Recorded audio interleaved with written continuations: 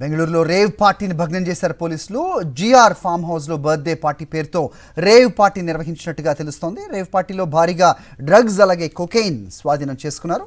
హైదరాబాద్కు చెందిన గోపాల్ రెడ్డి ఫామ్ హౌస్గా దీన్ని గుర్తించారు. రేవ్ పార్టీలో తెలుగు సినీ ప్రముఖులు ఉన్నట్టుగా సమాచారం. పక్కా సమాచారంతో రేవ్ పార్టీపై పోలీసులు రైడ్స్ చేశారు. వీవీఐపీలు సెలబ్రిటీలు ఉన్నట్టుగా చెప్తున్నారు.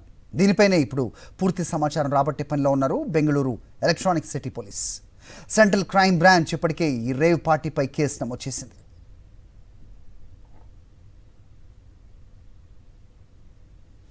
బెంగళూరులో జరిగిన ఈ రేవ్ పార్టీలో తాను పాల్గొన్నట్టు వస్తున్న వార్తల అవాస్తవాన్ని ఖండించారు నటి హేమ. తాను ప్రస్తుతం హైదరాబాద్లో ఉన్నానని చెప్పారు. నేను హైదరాబాద్లోనే ఉన్నాను. సో ఒక ఫామ్ హౌస్లో ఎంజాయ్ చేస్తున్నాను, చిల్ అవుతున్నాను. సో నా మీద వచ్చే న్యూస్ ఫేక్ న్యూస్. అది అక్కడ మరి ఎవరున్నారో ఏమో నాకు తెలియదు. సో అది ఫేక్ న్యూస్ అండి, అవన్నీ నమ్మొద్దు. ఓకే.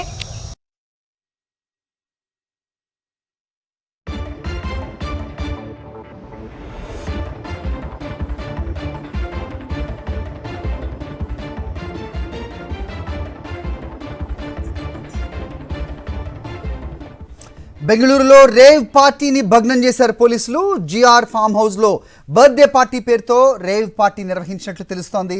రేవ్ పార్టీలో భారీగా డ్రగ్స్ అలాగే కొకైన్ స్వాధీనం చేసుకున్నారు. హైదరాబాద్కు చెందిన గోపాల్ రెడ్డి ఫామ్ హౌస్గా గుర్తించారు.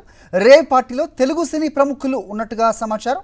పక్కా సమాచారంతో రేవ్ పార్టీపై పోలీసులు రైడ్స్ జరిగింది. వీవీఐపీలు సెలబ్రిటీలు ఉన్నట్టుగా చెప్తున్నారు. దీనిపైనే ఇప్పుడు పూర్తి సమాచారం రాబట్టే పనిలో ఉన్నారు Bengaluru electronic city police. Central crime branch ఇప్పటికే ఈ రేవ్ పార్టీపై కేసు కూడా నమోదు చేసింది. ఈ అంశంపై అప్డేట్స్ మా కరెస్పాండెంట్ సుష్మిత రెడ్డి తెలుసుకుందాం. సుష్మిత, ఎక్కడ డ్రగ్స్ అలాగే రేవ్ పార్టీ జరిగినా టాలీవుడ్ ప్రముఖులు అనే పేరు వినిపిస్తుంటుంది, వాస్తవాలు ఏ మేరకు ఉన్నా కానీ. సో ప్రస్తుతం ఈ ఘటనపై ఏంటి అప్డేట్స్? ఎవరి పేర్లైనా బయటకు వచ్చా? ఏం చెప్తున్నారు పోలీసులు? అప్డేట్ చెప్పండి. ఈసారి ఎలక్ట్రానిక్ సిటీ బెంగళూరు సమీపంలో కూడా రేవ్ పార్టీ జరిగింది. గోపాల్ రెడ్డికి చెందిన హైదరాబాద్ కి చెందిన గోపాల్ రెడ్డికి చెందిన ఈ ఫామ్ హౌస్ గా కూడా చెప్తున్నారు. జిఆర్ ఫామ్ హౌస్ లో వాసు అనే వ్యక్తి ఈ పార్టీ నిర్వహించినట్టు కూడా చెప్తున్నారు. వాసు అనే వ్యక్తి కూడా హైదరాబాద్ నగరానికి చెందిన వ్యక్తి. అయితే ఇందులో ఈ పార్టీలో రేవ్ పార్టీ నిర్వహించి డ్రగ్స్ మద్యం 14 పిల్స్ కూడా దొరికినట్టు కూడా చెప్తున్నారు MDMAకి సంబంధించి. అలాగే కొకైన్ కూడా డ్రగ్స్ భారీగా కూడా పట్టుబడినట్టు కూడా పోలీసులు సమాచారం మనకైతే తెలుస్తుంది. అయితే పూర్తిగా కూడా ఇందులో 100 మందికి పైగా కూడా ఒకవైపు యువతులు, యువకులు, అలాగే డీజే వ్యక్తులు, మోడల్స్ ప్రతి ఒక్కరు కూడా ఈ రేవ్ పార్టీలో పాల్గొన్నారు.